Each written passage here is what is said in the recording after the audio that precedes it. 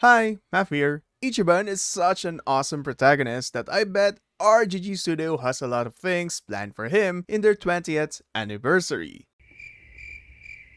I mean, the car looks like a dragon.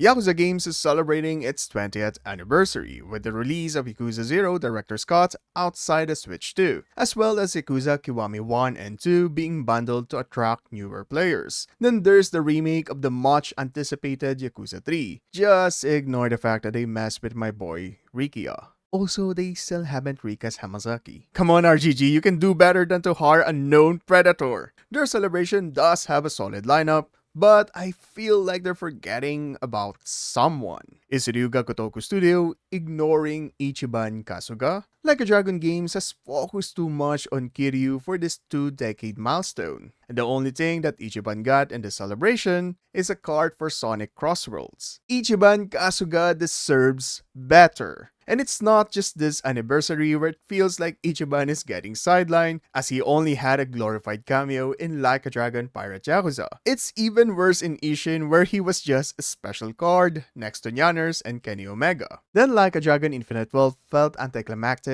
for Ichiban. Not only did he end up fighting a second-tier villain with Bryce Fairchild, who is also voiced by an abuser. Seriously RGG, what is up with your casting? Ichiban didn't even get a girl by the end of the story. What's next for Ichiban Kasuga? And is RGG Studio planning to move away from him to once again focus more on Kiryu Kazuma? Ichiban truly deserves better. But before that though, if you love the adorable goofball, then like this video and join Otaku Define for more Like a Dragon content.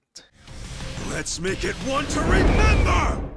So this whole video will talk about the endings of Yakuza Like a Dragon and Infinite Wealth. This is a full spoiler video, so finish those games first, then come back here. Anyway, what's even next for Ichiban Kasuga after the conclusion of Infinite Wealth? Considering that most of its plotlines from Yakuza Like a Dragon have been resolved, the Great Dissolution was shown to be, well, somewhat effective, with ex-Yakuza starting to reform their lives, while some of course did slip like Jimmy. But we again see in Pirate Yakuza that they are continuing with the reform program, where they're the ones who are cleaning up the nuclear waste in Palikana. Danjo Sawashiro, the real father of Masato or Aoki, is in peace with Ichiban. Most of the plotlines in Ichiban's story seems finished, and there's no point in dredging up anything from these plotlines. We cannot have another story where Ichiban deals with his biological lineage again, considering that Infinite Wealth already did that. And then they dropped the ball when they wrote that Ichiban shouldn't face against his half-brother Ebina. Although thematically, it would have worked wonders, given that Ebina's whole reason for living is to destroy the legacy of his father, Arakawa, which is the great dissolution of the Yakuza. Then of course, there's Ichiban where we see in the first scene of Infinite Wealth doing everything he can to help the displaced rejects of society. And fortunately, an encounter between Ichiban and Ebina won't happen, given that Kiryu already taught him the hard lesson. Because of this, fans felt like Ichiban's final boss, Bryce, is a huge letdown. Because aside from, I guess, avenging the pursuers or kidnappers of her mom, there's really nothing to gain more from that. And that's surprising, considering how known the Yakuza series is for its strong thematic battles. Yakuza 2 explores two very different kinds of strength. Yakuza 3 focuses on connections and how to protect them. And Yakuza 5 and Gaiden,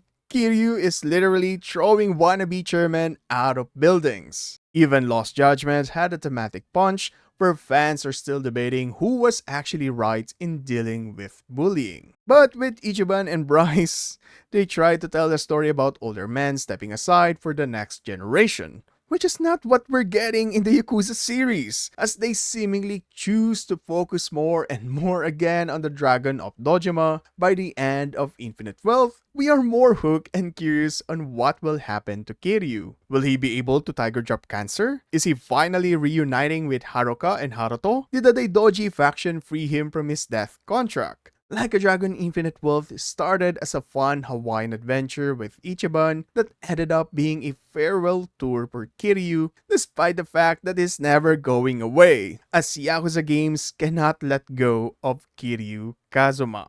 since we're once again going to have 3 games that features the Dragon of Dojima. Not to mention that we're getting the remake of Yakuza 3, which means that we'll eventually get more Kiryu games with the Kiwami of 4 and 5. RGG Studio will never let go of Kiryu Kazuma, because Kiryu will never ever die, despite the endings always showing his fake deaths. While with Ichiban, Infinite Wealth didn't set anything up. And the only loose ends that Like a Dragon 9 can take from all of this is Kume's crime against Aoki, and that was already answered in passing where they revealed that Kume turned himself in. It might sound weak, but Like a Dragon 9 can really focus on that, as Ichiban's whole foundation is family, much like Kiryu, but in a different way. With Ichiban's failed attempt to woo Saeko, maybe Lad 9 helps our man and have the game start with Ichiban and Saeko finally dating, but for real this time. Then it's revealed that Ichiban will become a dad, which hasn't really happened before with our Yakuza protagonists, since Kiryu has always been about his adopted and found family with Haruka and the orphans. Akiyama is pregnant with cigarettes, and Majima, well, dreams I guess. But with Ichiban, he's the best protagonist to really show a blood-related fatherhood, as that has been his whole thing since Like a Dragon Yakuza with Arakawa. So why not have Kume, who still blames Ichiban for everything bad that happened with Aoki and Bleach Japan, threaten his peaceful life and family? The only problem with this is that it feels shallow, and that's because there's no important setup for Ichiban prior to all of this. And it's the issue of, again, RGG Studio deciding to sideline Ichiban to focus more on Kiryu. Again. However, this isn't really a big issue, considering that most titled entries didn't rely too much on what happened to the prior games. Yakuza 2 didn't really tackle the loss of Nishiki, and instead, Kiryu is thrown against Ryuji and the Omi Alliance. Yakuza 4 went ahead with Akiyama and Seijima's rubber, despite the cliff-hanging ending of Yakuza 3. But the challenge here is that ever since Yakuza 5, RGG storytelling has been more reliant on the prior events of the game. Yakuza 6 dealt with the backlash of 5 with Haruka quitting the idol gig. Like a Dragon Infinite Wealth focused on the great dissolution from Yakuza 7. So it is quite obvious that Like a Dragon 9 will once again be a Kiryu game first and Ichiban second. Is there really a deeper reason as to why RGG Studio seemingly cannot let go of Kiryu, despite having this great roster of characters that can lead the series? Majima already proved himself as an interesting lead with Yakuza 0 and Pirate Yakuza. Akiyama is one of the most requested characters for a Gaiden game, given his oozing charisma. And Ichiban is so beloved for his actions in Yakuza Like a Dragon. While I understand that Kiryu is synonymous to the whole Yakuza series, but we have been saying goodbye to him since 6, and he never really left. Now, don't get me wrong, I love Kiryu and I do want to see more of him, but not in this capacity, where Ichiban, who's supposed to be the future of the series, is getting sidelined. At the moment, we do have Yakuza 0, Director Scott, Kiwami 3, and Dark Ties to look forward to. Wow, RGG Studio is a machine with all of these titles. Not to mention that Project Century or Stranger Than Heaven is coming out soon, and of course, Virtual Fighter. This is a good thing, as this will give RGG Studio ample time to cook with Like a Dragon 9, and hopefully this goop ball will have a better treatment. Because darn it, Ichiban truly deserves better, like my boy Takiya. Why did RGG Studio change his model and base it on his new actor? If you're curious why, then check this video out. Join Otaku Define for more Yakuza content. This is Math, and stay awesome my god eyes.